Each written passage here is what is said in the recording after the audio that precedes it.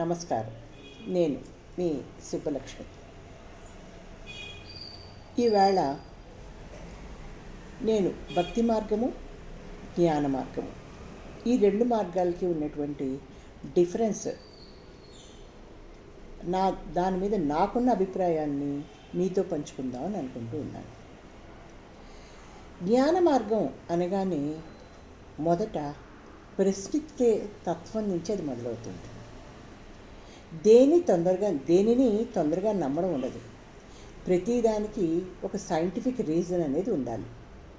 అందుకే జ్ఞాన మార్గంలో ఉన్నవారు ఎక్కువ ఉపనిషత్తులు, భగవద్గీత చదువుతూ ఆత్మ అంటే ఏమిటి, పరమాత్మ అంటే ఏమిటి, అసలు ఈ సాక్షిభూతంగా చూడడం అంటే ఏమిటి అంటూ వాటి గురించి ఆలోచిస్తూ మాట్లాడుతూ ఉంటారు.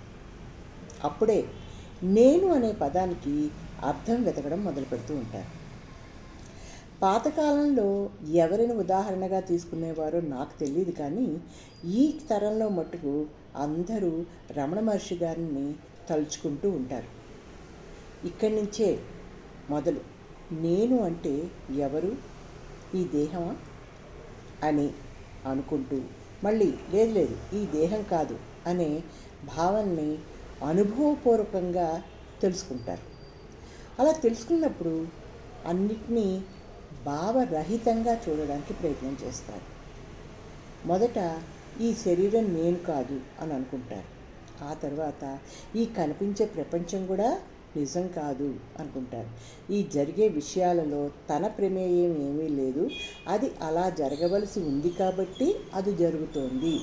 కాబట్టి నేను అంటే ఈ యొక్క భౌతికమైన స్థూల శరీరం ఏది చెయ్యలేకపోతుంది అని అనుకుంటూ జ్ఞాన మార్గం వాళ్ళు అన్నిటినీ చాలా ధైర్యంగా ఎదుర్కోవడం జరుగుతూ ఉంటుంది.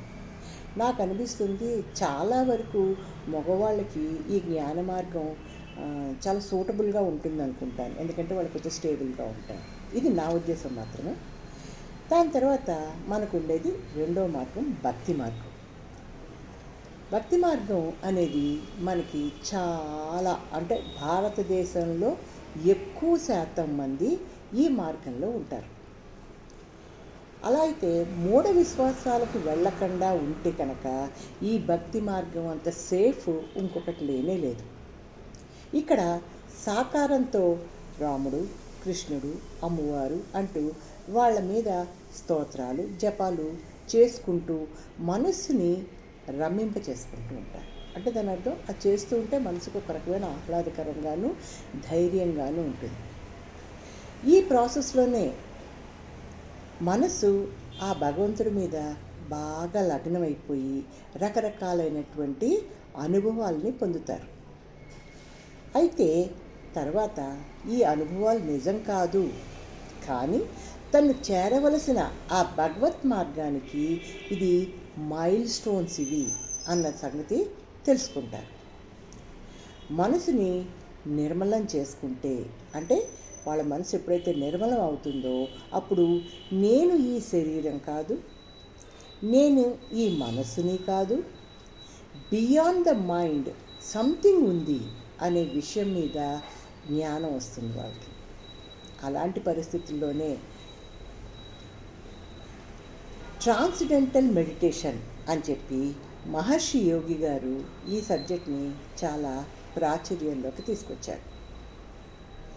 సో ఎప్పుడైతే భావాతీతంగా, భావరహితంగా ఉంటామో అప్పుడు మనం ఆ పరమాత్మలోకి మెర్జ్ అయిపోవడానికి, కలవడానికి, మానసిక ప్రశాంతత పొందడానికి అన్ని రకాలుగానే ఉపయోగపడుతుంది.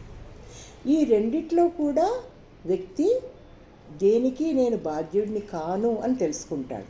కాకపోతే జ్ఞాన మార్గంలో ఏమో ప్రశ్నిస్తూ తెలుసుకుంటాడు.